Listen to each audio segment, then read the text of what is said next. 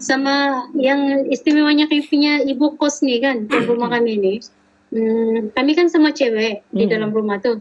Kami punya tuan rumah nih, dia sentiasa macam dianggap kami macam anak dia lah. Iya. Jadi kalau macam ada lelaki-lelaki yang coba kacau-kacau begitu kan, dia yang akan turun padang duluan. Macam tu.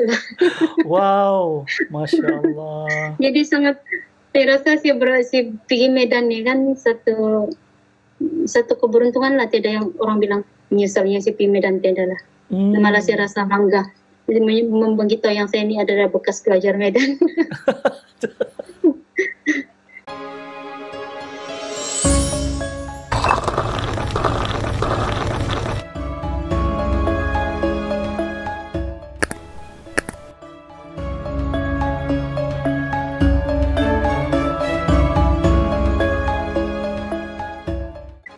Saya mau cerita lagi satu.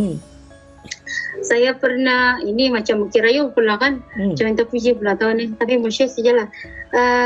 Sudah saya cakap awal-awal tadi kan, antara saya ni antara pelajar PJK Persatuan Pelajar Malaysia di Medan kan. Jadi saya pernah mewakili pelajar Malaysia di Medan untuk persidangan di Jakarta. Persidangan di Jakarta. Tadi internet ada sekejap stuck. Oke, persidangan di Jakarta. Oke, persidangan di Jakarta itu yang macam mana? Dia dikumpulkan semua wakil-wakil pelajar Malaysia yang berada di Indonesia seluruh. Jadi saya jadi salah seorang wakil dari Medan lah, pelajar Malaysia di Medan. Dan yang paling syoknya, saya bukan mencerita pasal Jakarta, sebab di sana pun saya tidak berapa kenal kan. Cuma yang saya mau cerita ni, pengalaman naik kapal, kapal besar tu. 4 hari 3 malam.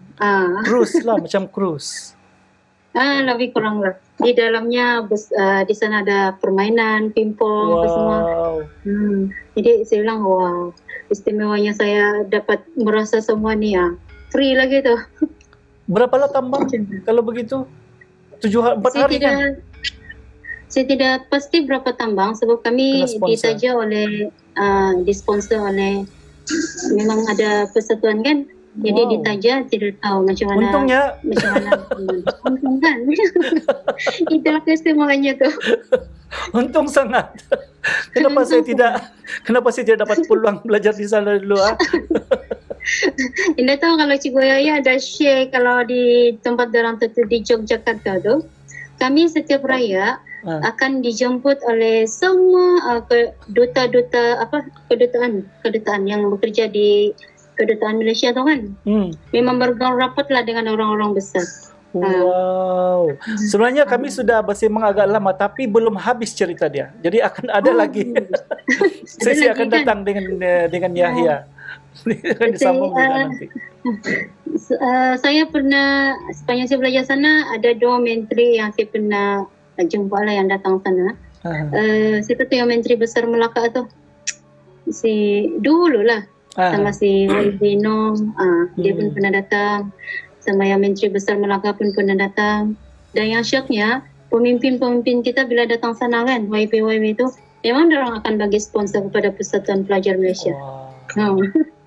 Jadi dengan duit pelajar Malaysia itulah, kalau ada macam rakan-rakan yang mengalami kesusahan kan, duit itulah digunakan tu. Jadi agak tidaklah orang bilang terbiar berada di negara luar. Betul. Jadi itulah juga antara fungsi dia orang datang ke sana tu. Takkan datang tangan kosong kan. Pemimpin kot. Namanya pun pemimpin. Jadi kenalah. Ini tontonan seluruh Malaysia Indonesia kan ni? Satu dunia. Kalau ada yang sudi tengok. Satu dunia. Mana tahu saya punya ibu kos. Ibu kos ni apa sudah ibu kos ya? Yang tuan rumah tu bah. Tuan rumah sewa. Tapi anak dia lah, Abang Mulyadi dengan istrinya Dina. Kalau ada menonton channel ni, inilah rupa si Nurul sekarang yang selalu minta makan. Masih kontak dengan dia orang di WhatsApp? Dia orang tidak sudah. Tapi kawan-kawan di Indonesia masih kontak? kawan-kawan di Indonesia masih kontak, cuma yang tuan rumah nih. Sebab kami ada 3 kali pindah rumah kan. Pada rumah pertama mula-mula keluar asrama kena banjir. Jadi kami pindah. Rumah kedua kami pindah nih, ada orang mengintai, semua semandakan. Sama cewek-cewek, jadi tengah malam tuh memang ada keliling rumah tuh macam seolah-olah diintai. Jadi pada rumah terakhir nih kami dapat tuan rumah yang sangat baik, termasuk anak dia. Sangat baik. Saya tidak ingat nama ibu itu dengan suaminya, tapi saya ingat anak dia selalu lebih kurang baya-baya. Bang Mulyadi dengan istri dia si Dina lah. Dan istimewa dorang nih kan, tuan rumah nih, dorang kan ada sediakan telepon rumah kan. Dorang ada sediakan telepon rumah. Kos untuk menelepon di Malaysia sangat mahal. Jadi kalau tiada duit tuh, memang kami tidak pergi di wartel. Di sana panggil wartel yang pondok telepon tuh. Sebab 20 ringgit tuh, contoh 20 ringgit kan tidak sampai 5 menit habis sudah. Jadi sempat berjalan. Sudahlah masa tu orang beliau pun tiada telefon kan. Terpaksa panggil jiran, telefon jiran, baru jiran berlari pergi bagi telefon. Baru itu sangat mahal. Jadi ada telefon rumah di dalam tu, tapi tuan rumah tu sangat bagus. Dia bilang, dia selalu ingatkan kami, kamu tu pelajar, jadi kalau mau telefon pun kena pandai-pandai lah kawal. Jadi kiranya macam kami di sana agak dijagalah dari segi penggunaan keuangan pun orang selalu kasih ingat, bercermat-cermat begitu. Jadi dia bagi kebenaran guna telefon free. Memang dia bukan juga free lah, cuma dia bayar separuh. Dia akan tengok penggunaan bil kan, keluar dia punya reset bil tu kan. Jadi dia akan tengok nombor telefon tu, kalau telefon pergi Malaysia, dia orang consider lah dengan keluarga. Tapi kalau penggunaan di dalam lokal tu saja, di dalam kawasan, ini mesti dating dia lah. Jadi memang dia orang marah. Kalau yang pergi Malaysia tu orang bagi potongan darang, okey kamu bayar separuh, kami bayar separuh lah, dan macam tu. Agak bagus lah, beruntung lah agak kami dapat keluarga yang tuan rumah yang agak baik. Hebat kan? Hebat. Sama yang istimewanya kami punya ibu kos ni kan, tuan rumah kami ni. Kami kan sama cewek di dalam rumah tu. Jadi biasalah kalau cewek-cewek ni, dan di sana memang agak apa istilahnya, kalau tidak pandai jaga diri rosaklah, begitulah istilah dia. Kalau tidak pandai jaga diri rosaklah. Jadi kami punya tuan rumah ni, dia sentiasa macam dianggap kami macam anak dia lah. Jadi kalau macam ada lelaki-lelaki yang cuba kacau-kacau begitu kan, dia yang akan turun padang duluan. Macam tu lah. Wow, Masya Allah. Jadi sangat, saya rasa si pergi Medan ni kan satu keberuntungan lah. Tiada yang orang bilang menyesalnya si pergi Medan, tiada lah. Malah saya rasa bangga memberitahu yang saya ni adalah bekas pelajar Medan. Macam tu. So kadang-kadang orang pertikaikan kan, dia bilang, kenapa pergi diorang punya pendidikan tu macam agak rendah, dia bilang kan. Selalu saya dapat macam tu lah, dulu yang belum faham lagi lah mungkin. Tapi bagi saya, diorang punya pendidikan sebenarnya lagi maju dari kita. Cuma disebabkan diorang punya ekonomi tu agak jatuh kan. Jadi semua orang pandang yang di sana tu semua ketinggalan. Tapi dari segi pendidikan sebenarnya diorang lebih maju dari kita. Kalau dari segi pendidikan lah, diorang punya ideologi semua tu pun, IQ diorang lagi hebat dari kita sebenarnya. Orang Indonesia. Macam kawan-kawan saya sekarang ni kan sudah jadi sudah ada PhD semua. Saya tengok diorang buat ceramah, diorang buat program. Diorang lagi hebat dari kami yang dibalik di Malaysia ni. Diorang ada program sendiri, lagi dikenali, lebih kurang macam tu lah. Daya juang diorang tu tinggi, betul kan? Iya, sangat tinggi. Dan di sana sebenarnya dia mengajar kita pasal kehidupan yang sebenar lah. Kita bila berada di sana, kita akan nampak situasi yang agak berbeza dengan kita lah. Jadi banyak mengajar kita lah, sangat banyak mengajar kita. Macam Apa sudah nama peminta sedekah atau lupa sudah istilah dia? Pengemis. Pengamen. Iya, tapi pengamen. Pengamen. Orang bilang pengamen kan. Kalau di sini kita jumpa pengamen dia yang minta sedekah betul-betul Iya, kan, betul. yang duduk minta sedekah, kasih tunjuk dia cacat. Di sana tidak, dia akan masuk ke kereta yang menyanyi itu. Dia akan masuk ke kereta-kereta, dia sebenarnya pengemis tapi dia guna bukan dengan tunjukkan kecacatan dia punya hidup, tapi dia dengan jual selera dia. Ya, itulah tuh. Jadi itulah kita selalu nampak kalau Indonesia ada saja yang pengamen-pengamen dalam tu kan. Tapi itulah tuh, memang itu banyak sangat mengajar kita lah. Wow. Boleh kita sembang nih. Wih, macam sok lah sembang. Iya. Oh iya, isok ada apa tutupai? Oh ya, apa? Perkataan yang saya tidak lupa sampai sekarang, kalau pergi Medan, jangan sesekali guna perkataan seronok. Seronok. Kenapa? Seronok itu menunjukkan perkataan yang lucu kalau di sana. Oh, oke. Orang Jadi Medan kena ini ingat. dia majority kaum apa? Suku apa? Batak. Batak. Batak dan Melayu kalau di Aceh itulah. Tapi kalau macam di Aceh Aceh dengan Medan, dia harus berdekat banget. sangat berdekat. Iya. Jadi Misang Paping. Sampaping. Bersebelahan sih. Mitaning. Jadi dapat. Jadi kalau macam yang Melayu tuh pun juga dia faham seronok itu yang begitu. Kalau yang Melayu di sana tuh dorang tidak faham tuh seronok tuh. Memang mungkin sudah pengaruh dorang punya. Padahal itu bahasa Melayu kan? Saya pun tidak tahu, tapi dorang pun tidak faham apa tuh seronok.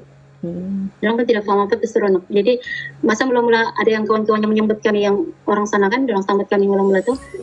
Apa perasaan? Kami kita lah, rasa seronok, hebat gitu kan. Terus semua pun bertingguan, seronok. Terus yang sana tuh bila kami dorang tidak faham kan, dorang akan cakap English bah.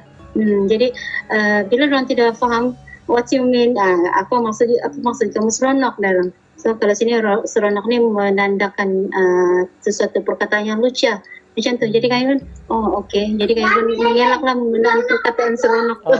Okey. Oh ya, masa tu belum ada Upin Ipin kan? Jadi belum ada. Belum ada. Saya ada apa-apa media sosial, jadi memang tidak ada lah. Tidak. Jadi ada apa lagi kah soalan je? Alat apa ceritaan no? Rasanya Irena kan teriam. Jadi bolehkah bagi pesanan ni? Mana tahu Ya, ada kawan-kawan si menonton.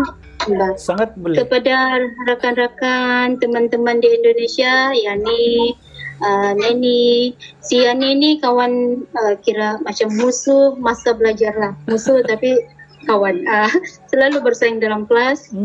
Neni keluarga angkat, Tri, Dewi, Novirius, antara rakan-rakan Rubun. Kalau menonton channel ni, silalah subscribe ya. Okey, itu Sabahan punya ayat.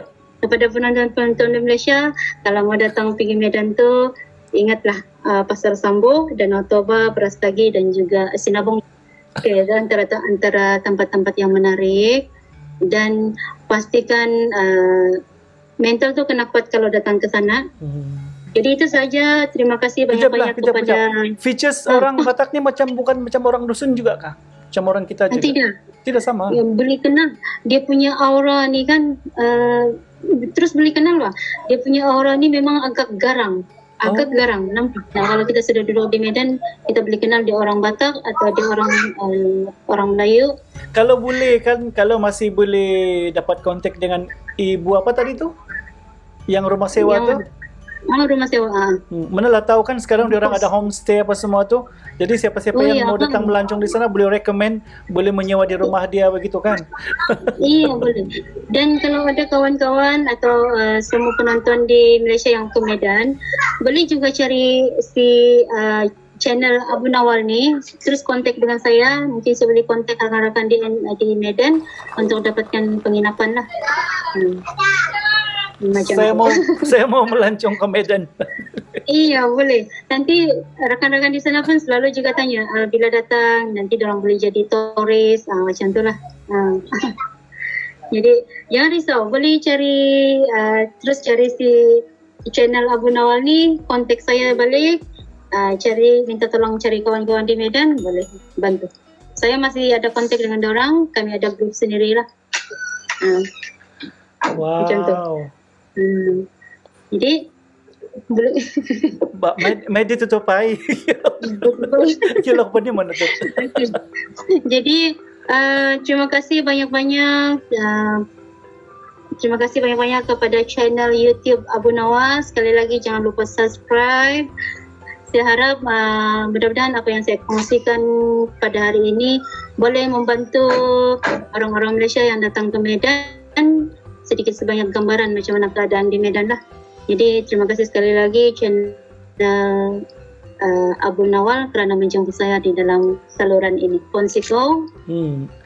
Terima kasih banyaklah sebab sudi bersama dengan saya di channel Abu Nawal, dan saya rasa semua yang diceritakan tadi saya tidak pernah dengar dari versi orang lain. I mean, tidak sama dengan versi-versi yang saya pernah dengar sebelum ini. Sangat segar cerita dia dari awal hinggalah ke hujung. Betul. Pengalaman orang berbeza. Ya, pengalaman orang semua berbeza, biarpun dari universiti yang sama kan. Begitu. Jadi saya sangat menghargai masa yang telah diluangkan dan pengalaman yang telah dikongsikan. Terima kasih banyak-banyak dan semoga tidak serik untuk bersama dengan Abu Nawal, channel Abu Nawal di masa-masa akan datang insya-Allah. Dan dengan itu saya sudahi dengan Assalamualaikum. Okey. Waalaikumsalam. Bye. Jumpa lagi. Insya-Allah.